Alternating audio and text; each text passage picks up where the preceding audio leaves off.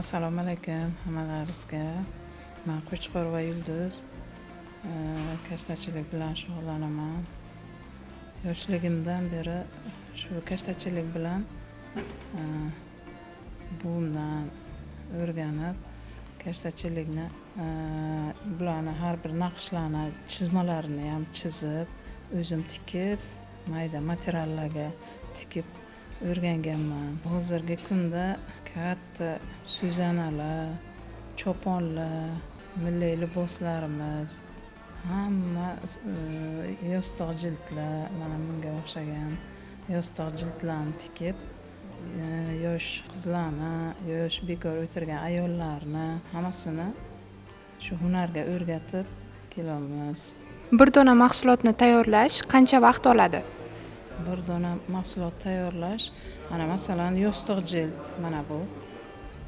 Bitta qizimiz tikadi, bir hafta 10 kunga tikadi. Mana shu. Shuncha vaqtni sarf qilib, shu bir hafta 10 kunga tayyor bo'ladi. Yosh avlodni bu hunarga jalb qilish uchun nimalar qilinyapti? Yosh avlodni bu hunarga jalb qilishimiz uchun shu hunarimizni kelajak avlodga yaxshi nom qoldirish, shu o'rgatish kelajak avlodga, yo'qolib qadriyatlarimiz yo'qolib ketmasligi uchun shu o'rgatish maqsadim. Mijozlaringiz sizni qanday topadi? Mijozlarimiz meni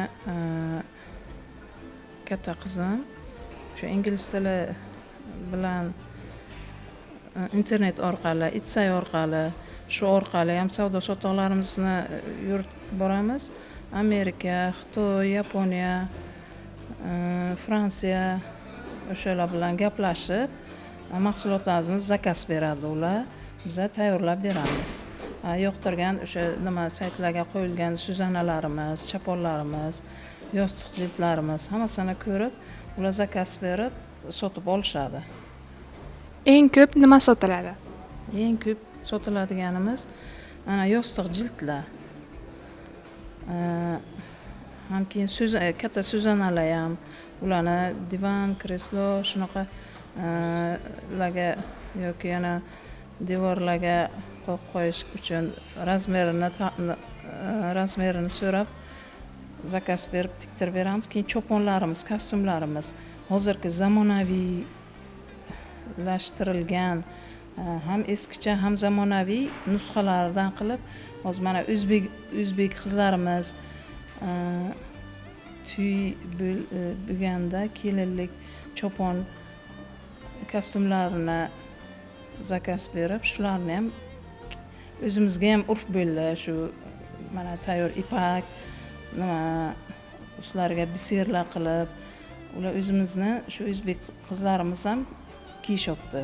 Ko'proq chopon, kostyum, shular ham yaxshi savdoga bo'lyapti hozir. Bu ish sizga yetarli daromad beradimi? Albatta, yetarli daromad beradi. Mana chet davlatdan keladigan turistlarimiz oladi. Daromadimiz yaxshi. Shu daromadimizni ketidan boshqa orzu-niyatlarimizni ham qilib kelamiz, yaxshi daromadimiz. Farzandlaringiz ham bu hunarni o'rganishni xohlaysizmi? Albatta, farzandlarim ham shu hunarimni olgan ikkita qizim bor. Bittasi chizadi, nusxalarni har bittasini chizib, ranglarini qayerga qaysi ranglarni tashab, shunaqalarni qiladi. Mana kichkina qizim ham u ham shu chizmalarimni chizib, bu farzandlarim ham shu kasbni tanlaganidan xursandman. Bu kasbni, bu kashtachilikni qanaqadir bir sehrli nimalari bor, qanaqadir asablarni tinchlantirib dam oladigan darajaga mo'jizalik narsalar chiqadi qo'limizdan. Shularni